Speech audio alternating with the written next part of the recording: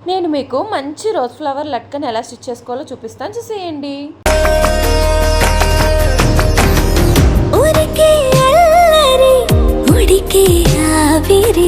ఎవరు నా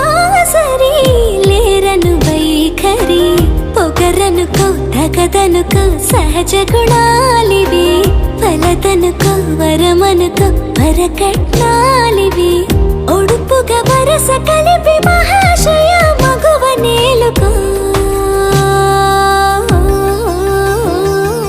నేను తలవక గడవదు కథ కాలము నేను కలవక నిలవదు కథ ప్రాణం